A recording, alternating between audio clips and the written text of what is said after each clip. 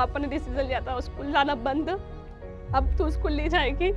पढ़ाई मेरी बंद करवा दी, मेरे से मेरा मोबाइल भी ले लिया और सब कुछ ले लिया। और मैं 3-4 दिन तक ऐसी हो गई थी, एक कमरे में सिर्फ रोती रहती थी। मेरी लाइफ बहुत अच्छी चल रही थी, मैं बहुत खुश थी, सब कुछ ऐसा लग रहा था कि सब कुछ मिल गया दुनिया में। इतना मतलब हम सफ़र इतना अच्छा मिल गया।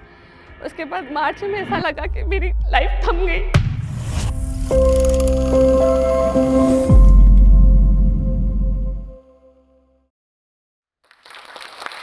हेलो, आप सभी को मेरा नमस्ते।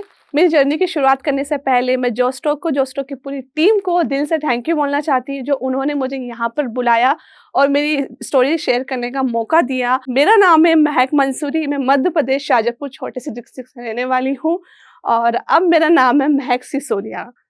तो मैं महक मंसूरी से महक सिसोदिया कैसे बनी, आज मैं आपको बताने वाली हूँ इस प्लेटफॉर्म के थ्रू। मेरी जर्नी की शुरुआत हुई 2021 में। मेरी जो नॉर्मल लाइफ थी वैसे ही मेरी नॉर्मल लाइफ चल रही थी। मैं मुस्लिम फैमिली में रहती थी और मेरी पढ़ाई भी चल रही थी, मैं नमाज भी पढ़ती थी, इबादत भी करती थी, सब चीज़ें मैं करती थी, फॉलो करके चलती थी और बहुत अच्छे से हम रहते थे, पूरी फैमिली साथ में सब अच्छे से रहते थे। एक दिन मैं मोबाइल लेकर बैठी थी, पापा का ही, और मेरे जो पापा है वो रियल एस्टेट का काम करते थे और मतलब ये जो मेरे हस्बैंड जी, मेरे सुधीर जी, वो भी उस टाइम पर रियल एस्टेट का काम करते थे। तो ऐसे ही मैं मोबाइल लेकर बैठी हुई थी, तो मैं व्हाट्सअप यूज़ कर रही थी पापा का। तो मैं मतलब शेयर जो रहता है ना, शेयर लिस्ट में किस किस को मतलब व्हाट्सअप पे स्टेटस शेयर करना, तो उसमें लिस्ट में ये भी थे। तो इनके पास भी मेरे स्टेटस जाते थे, मतलब मैं डाल देती थी कभी कुछ स्टोरी, कभी मेरा खुद का फोटो ऐसा वगैरह मैं कुछ डाल देती थी। तो ये सब चलता था। तो ये चीज़ जो मेरे हस्बैंड सुधीर जी, वो नोटिस करती थी कि ये मतलब मेरे पापा का नाम लेकर के ये ऐसे स्टेटस क्यों डालते हैं, लड़की वाले। और मैं लड़की वाले डालती थी। तो फिर एक दिन उन्होंने मुझे मैसेज करा व्हाट्सएप पे कि हाय, हेलो, आप ऐसे स्टेटस क्यों डालते हो? उन्होंने बोला डायरेक्टली। तो मैंने बोला मैं उनकी लड़की बोल रही हूँ, महक। और तो उन्होंने बोला अच्छा, आप उनकी लड़की हो? तो मैंने कहा हाँ। ऐसे ही फिर फ्रेंड्स की तरह हमारी बातें स्टार्ट हो गई। लेकिन फिर 5 मार्च, वो आज भी मुझे दिन याद है और हमेशा याद रहेगा वो दिन। 5 मार्च को इनका मैसेज आया और इन्होंने डायरेक्टली मुझे मतलब प्रपोज़ ही कर दिया। मैं सोच में पड़ गई कि एकदम से मतलब क्या हो गया ये, मतलब प्रपोज़।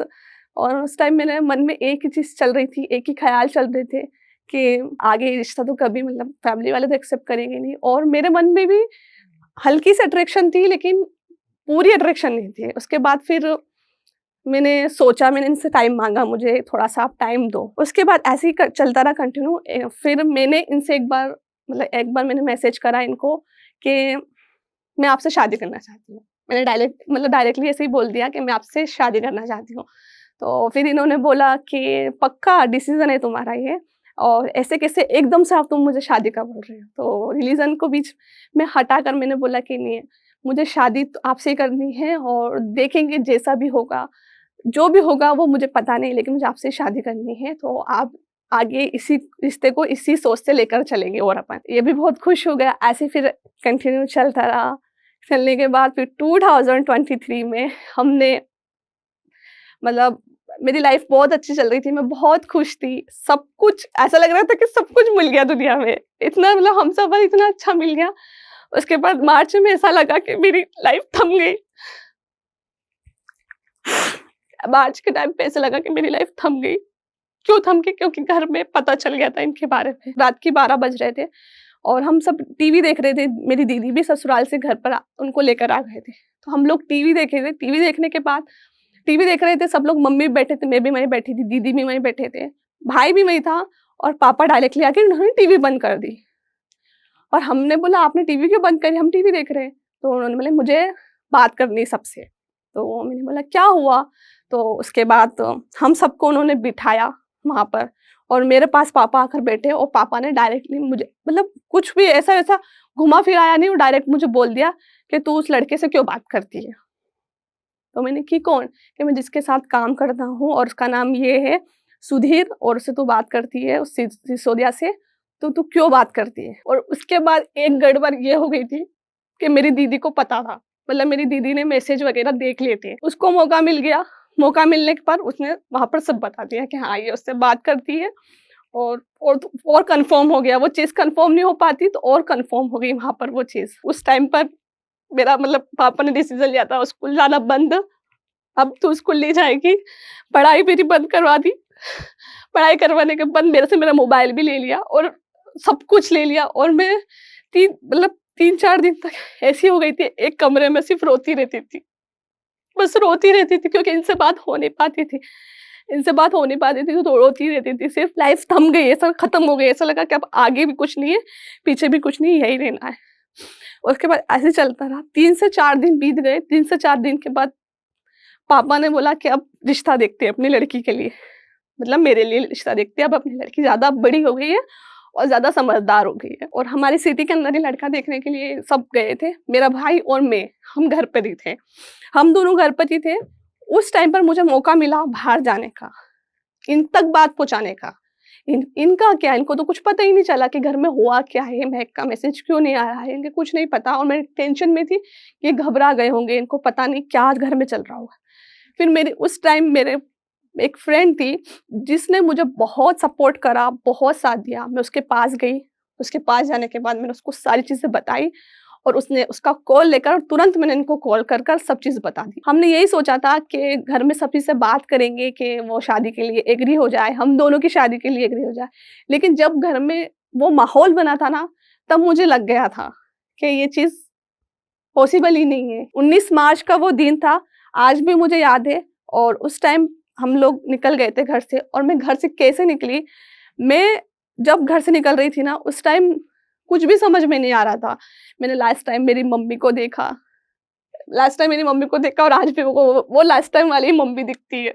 उस टाइम मैंने लास्ट टाइम मेरी मम्मी को देखा, उसके बाद पापा को देखा, भाई को देखा, डबल-डबल बार देखा कि लास्ट टाइम देख रही हूँ, पता नहीं कब कितने साल बाद देखूँ, लेकिन देखूँगी ज़रूर। लेकिन कितने साल बाद देखूँ ये मुझे नहीं पता था।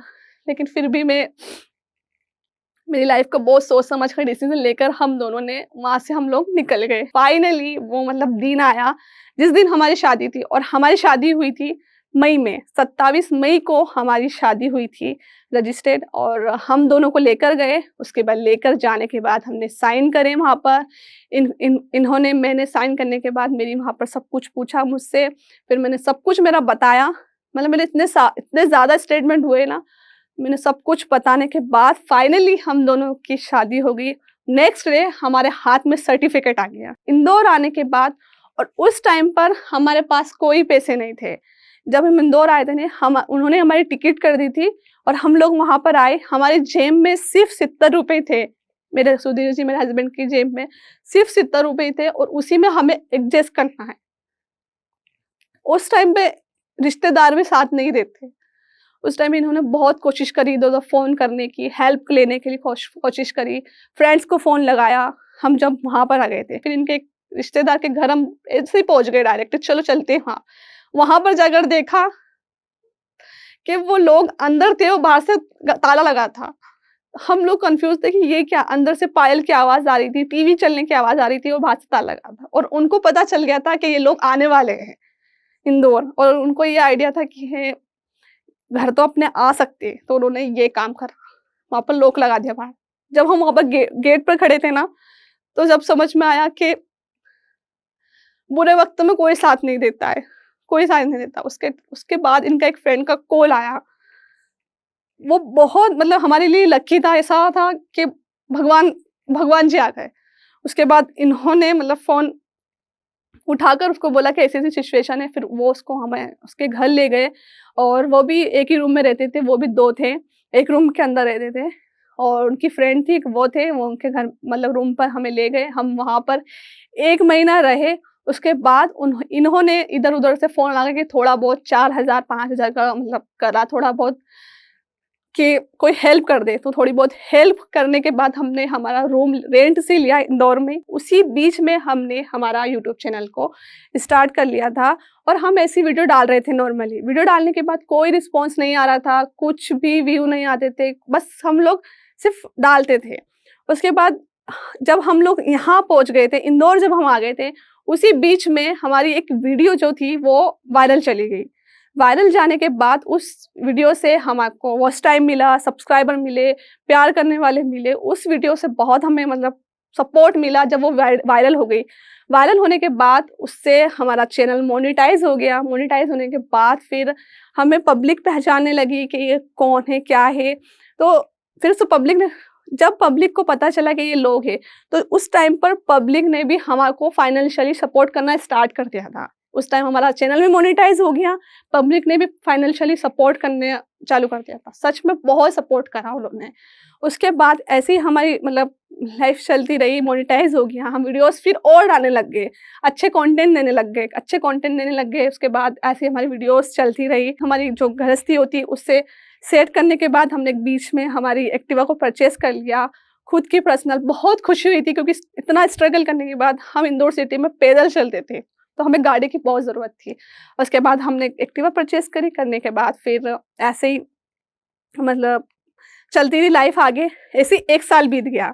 1 साल बीतने के बाद फाइनली मेरे सुधीर जी, जो मेरे हस्बैंड जी, उनकी फैमिली ने हमें एक्सेप्ट कर लिया। फिर फाइनली वो टाइम आ गया हम लोग ससुराल जाने का। मेरे ससुराल जाने का वो टाइम हो गया कि अब जाना है अपने को उसी सिटी में वापस, और उसी सिटी में वापस वही चीज़ें को देखना है। और फिर हम लोग दोनों रेडी हो गए हमें ससुराल जाने के लिए, और ससुराल के लिए निकल गए। और मेरी सास ने बहुत अच्छे से मेरा स्वागत करा, और जितना उनसे हो पाया छोटा लेकिन उन्होंने करा। घर में हम जब एंट्री ली, बहुत रोई मेरी सास। मेरी वहाँ पर बुआ सास थी और मेरी सास थी, बहुत वो रोए दोनों, बहुत रोए सच में। वो वीडियो भी बहुत वायरल गया, बहुत वो रोए। उसके बाद मेरी सास ने एक ही बात वहाँ पर बोली, मेरी बेटी नहीं है, तू ही मेरी आज से बेटी है। जब उन्होंने ये बात बोली ना, और उस टाइम मैंने उनको यही चीज़ बोली थी कि अब मेरा कोई भी नहीं है, आप भी मेरा सब कुछ हो। मैंने मेरी सास को यही बोला था, अब मेरा कोई नहीं है। तो वो बहुत रोए उस टाइम पे, मैं भी बहुत रोई। उसके बाद बहुत अच्छे से उन्होंने एक्सेप्ट करा। आज मेरी सास मुझे ना सच में बहुत अच्छे से रखती है, एक बेटी बनाकर रखती है। और मेरे देवर है, वो भी मुझे एक भाई की तरह मतलब लगते हैं, मेरे भाई जैसा था वैसे ही वो मुझे हँसी मज़ाक करना, मस्ती मज़ाक करना, इतना प्यार से रखते हैं। और जो मेरी माँ थी ना, मेरी माँ से भी ज़्यादा मेरी सास मुझे आज प्यार दे रही है। और मेरे ससुर जी, वो भी मुझे इतना ख़्याल रखते हैं। मेरे ससुर जी, मैं बहुत कम खाना खाती थी। जब मैं खाना खाने के लिए बैठती हूँ ना ससुराल में, तो मेरे ससुर जी बोलते हैं, "इतना सा खाना क्यों खा रही है? थोड़ा ज़्यादा खा।" तो उन्होंने आज मुझे खिला-खिला के थोड़ी हेल्थी बना दी। उस टाइम पर हम दोनों की हालत बहुत ज़्यादा ख़राब हो चुकी थी। ऐसा हो गया था हम लोग के बिल्कुल दुबले-पतले, हालत बिल्कुल ख़राब हो गई थी। तो इस तरह से मतलब सब लोग हमें खुशी से रखते हैं। और मेरी सास, ससुर, मेरे देवर बहुत अच्छे से, और मेरे हस्बैंड जी, मेरे सुधीर जी की यहाँ पर बात करूँ, उन्होंने मुझे हर चीज़ में बहुत सपोर्ट करा है, बहुत सम्मान दिया है, प्यार दिया है, और मेरे साथ खड़े रहे हैं। उनका भी मैं दिल से थैंक यू बोलना चाहती हूँ, और सभी को जिसने हमें सपोर्ट करा इस टाइम पर, इस सिचुएशन पे। और मैं जोस्टोक की टीम को भी थैंक यू बोलूँगी कि मुझे मौका दिया यहाँ पर मेरी कहानी सब तक पहुँचाने का। सबको दिल से थैंक यू।